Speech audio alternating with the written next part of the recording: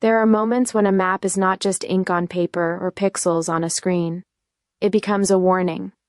A quiet one at first, then louder with every passing year, until it feels less like information and more like an alarm that no one fully wants to hear. This is one of those maps. It does not show borders between nations or trade routes across oceans. It shows something far less comfortable, the probability of extreme weather events stretching across a century. Hurricanes that once felt rare are now plotted with unsettling frequency. Flood zones expand beyond what older generations were taught was safe. Heat waves spread across regions that once considered themselves temperate and protected. And the most troubling part is not what the map shows today, but what it implies for tomorrow. A 100-year storm used to mean something simple in public understanding, a once-in-a-lifetime event, a statistical outlier, a freak occurrence that could be safely ignored in everyday planning. But this map quietly dismantles that assumption. It suggests that the language itself has become outdated. What was once rare is now becoming routine in certain regions. What was once unimaginable is now being recalculated as plausible within decades, or even sooner. The unsettling truth is that the atmosphere does not remember how we used to define it. It responds only to conditions, warming oceans, shifting air currents, intensified evaporation cycles, and disrupted seasonal patterns. As these conditions change, so too does the behavior of storms. They are not simply stronger, they are becoming more erratic, more persistent, and more capable of overlapping impacts. Wind, rain, flooding, and storm surge, all arriving with greater intensity and less predictability. Look closely at the map, and a pattern begins to emerge. Coastal regions once marked with occasional risk now appear saturated with repeated high-impact zones. Inland areas, previously considered safe from tropical systems, now show corridors of vulnerability. River basins that historically absorbed seasonal variation are flagged for potential overflow events that strain infrastructure never designed for such extremes. What makes this especially alarming is not a single storm event, but the clustering of them. The map does not just warn of one catastrophe. It suggests a reshaping of baseline conditions. The new normal is not calm, punctuated by disaster. It is a rising floor of instability where extremes become part of the expected background. For cities, this is a design crisis. Roads, bridges, drainage systems, and power grids were largely built on assumptions drawn from a different climate reality. When those assumptions shift, infrastructure does not slowly adapt, it fails suddenly. A drainage system designed for a once-in-a-century rainfall does not politely overflow, it collapses under pressure. A coastal barrier designed for historic tide levels does not negotiate with higher storm surges, it is overtopped. For communities, the implications are even more direct. Homes built in areas once labeled low risk may find themselves in newly reclassified danger zones. Insurance models struggle to keep pace with rapidly changing data. Emergency systems, already stretched in many regions, face the challenge of responding to events that arrive more frequently and with less warning. And yet, perhaps the most difficult aspect of this map is psychological. Human beings are remarkably good at normalizing risk when it arrives gradually. A flood that happens once in a generation feels like history. A flood that happens twice in a decade begins to feel like coincidence. But when patterns tighten and accelerate, the mind struggles to adjust its internal definition of what is normal. The danger is not only in the storms themselves, but in the delay between changing reality and updated perception. There is also a deeper layer interconnected risk. A single storm today does not remain local. It affects supply chains, agriculture, energy distribution, and communication systems far beyond its physical footprint. A disrupted port affects global shipping. A damaged crop region affects food prices across continents. A power grid failure cascades into economic and social instability.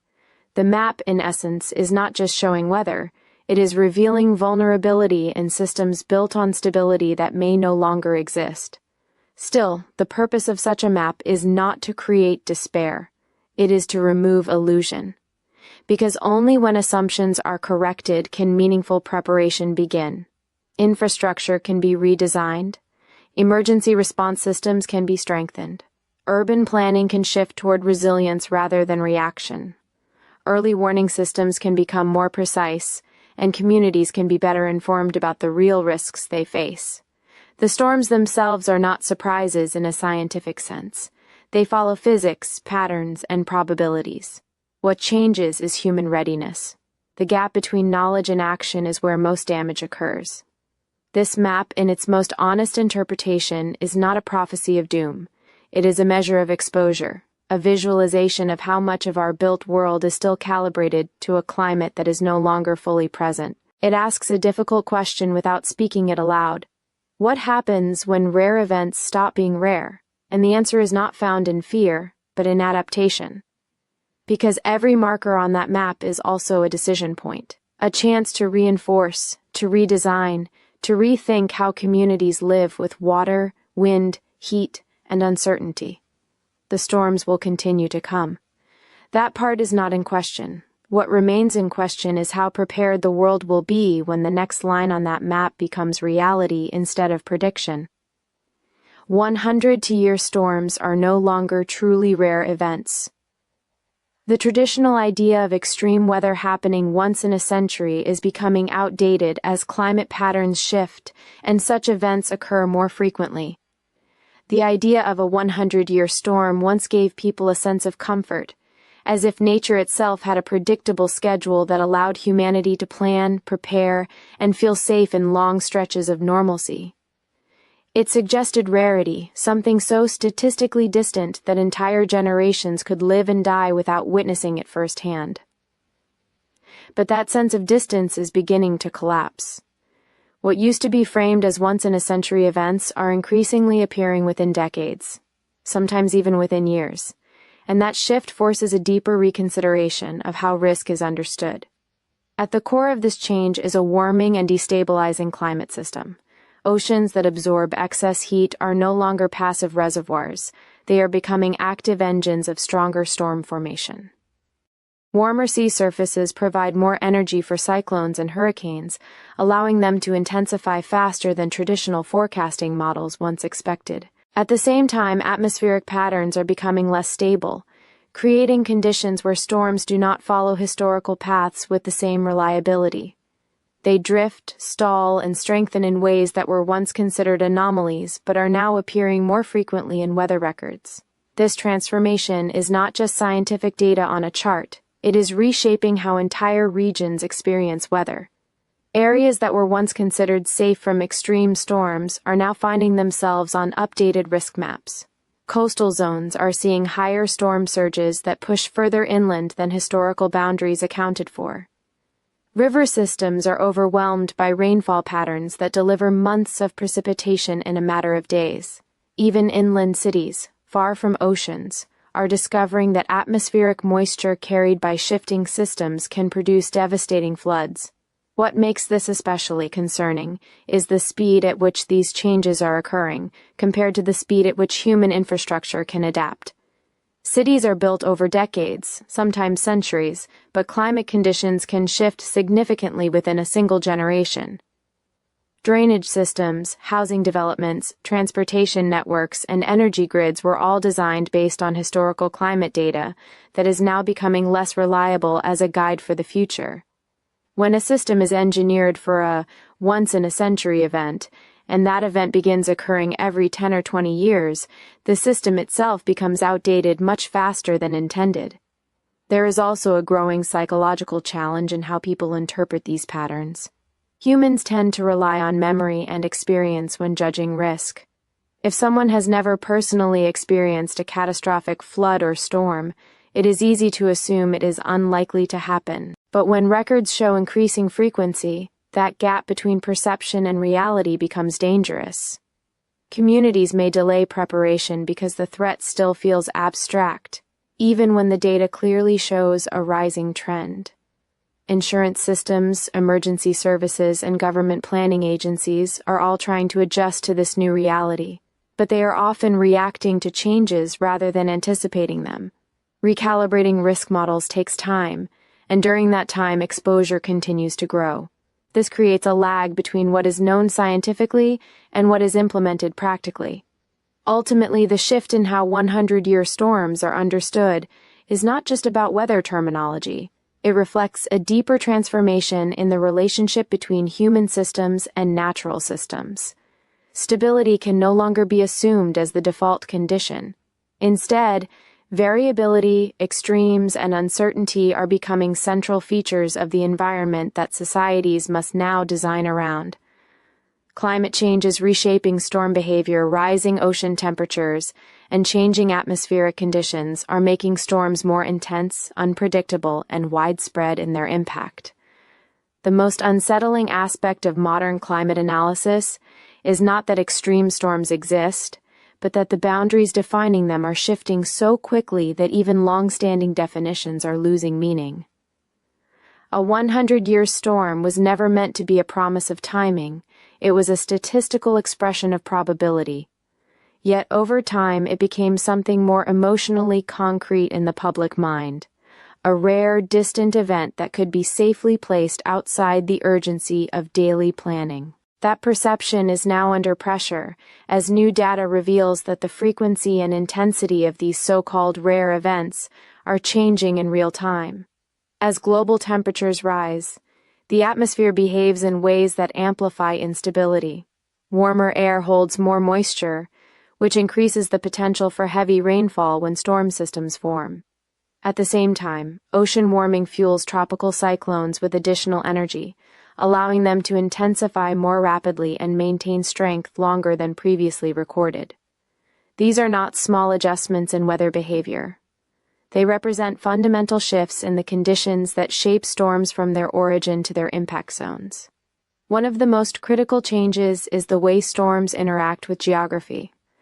Historically, certain regions were considered relatively protected due to their distance from coastlines or their elevation above sea level. However, shifting jet streams and changing pressure systems are allowing storms to travel in unusual directions and maintain strength further inland. This means that areas once categorized as low risk are being re-evaluated, not because the land has changed, but because the atmosphere above it has. Another major factor is rainfall intensity. Modern storm systems are increasingly capable of releasing enormous amounts of precipitation in very short periods of time. This overwhelms natural drainage systems and human-engineered infrastructure alike. Rivers that once followed predictable seasonal cycles are now experiencing sudden surges that exceed historical flood records. Urban areas, with their dense surfaces and limited absorption capacity, are especially vulnerable to rapid flooding events that develop faster than emergency systems can fully respond. What makes this shift particularly challenging is that infrastructure development is inherently slow and expensive. Cities are not rebuilt every year, they evolve over decades.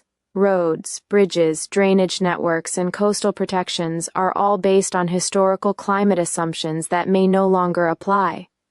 When a system designed for a certain level of risk is repeatedly exposed to conditions beyond that threshold, failure becomes not just possible but increasingly probable. At the same time, the human perception of risk struggles to keep pace. People tend to normalize recent experiences. If a major flood or storm has not occurred in living memory, it is often treated as unlikely, even if statistical models suggest otherwise. This creates a dangerous gap between scientific understanding and public urgency. The map of storm risk may show clear signals of increasing danger, but those signals must compete with the psychological comfort of past stability. Financial systems also feel this pressure. Insurance models, which rely on historical data to calculate risk, are being forced to constantly update their assumptions. As claims from extreme weather events increase, premiums rise, coverage becomes more restrictive, and in some areas, certain risks become uninsurable altogether. This has cascading effects on housing markets, development planning, and long-term economic stability. In this evolving landscape, the meaning of rare is changing. It no longer guarantees distance in time. Instead, it is becoming a moving target, influenced by global systems that are still being fully understood. The challenge ahead is not only to track these changes, but to adapt infrastructure, policy, and public awareness quickly enough to match the pace of transformation occurring in the atmosphere itself. Infrastructure is built on outdated assumptions.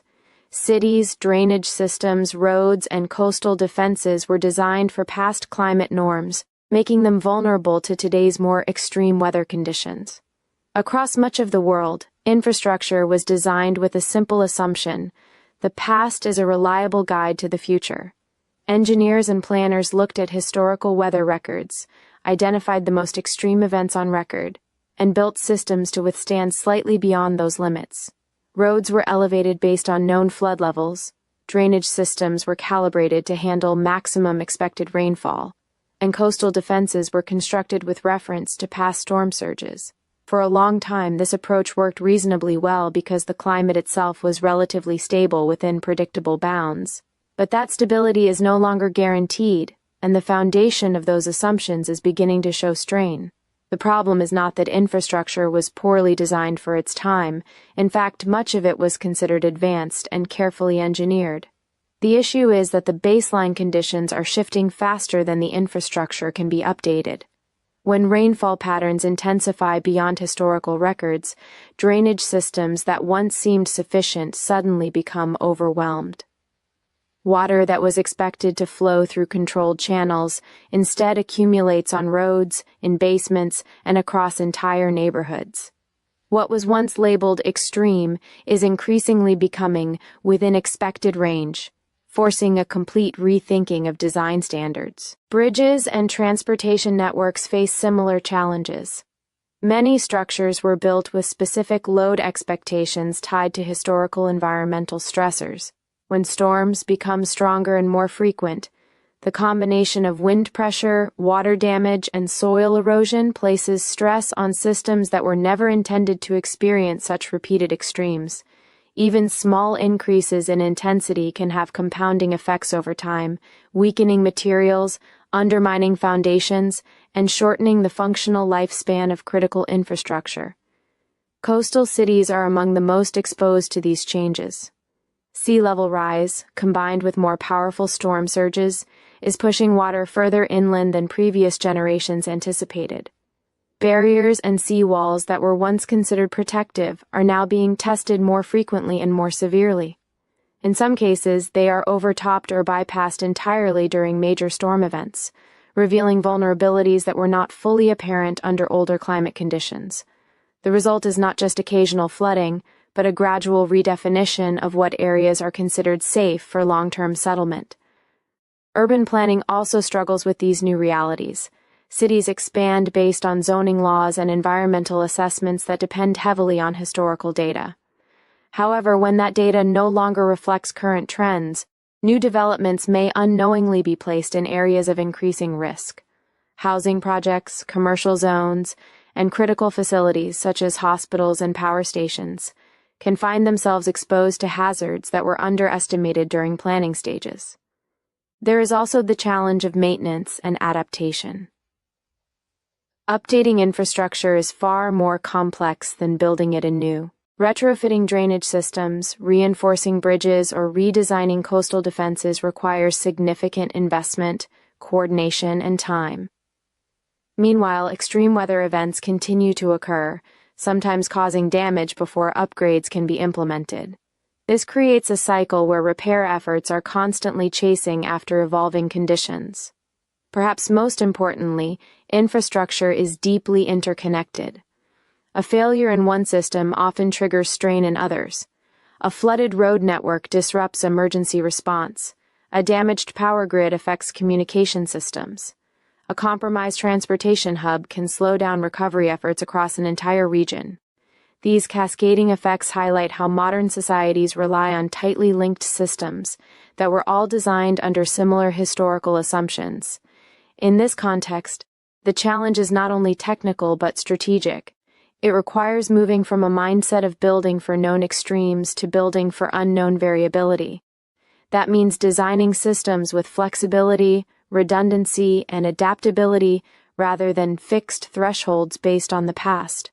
The question is no longer whether infrastructure can handle yesterday's worst storm, but whether it can survive tomorrow's uncertainties. Extreme weather creates interconnected global risks. A single storm can disrupt supply chains, agriculture, energy systems, and economies far beyond the area where it hits. One of the most overlooked consequences of increasing extreme weather is how quickly it transforms from a scientific issue into a global economic one. A single powerful storm no longer remains confined to the place where it makes landfall.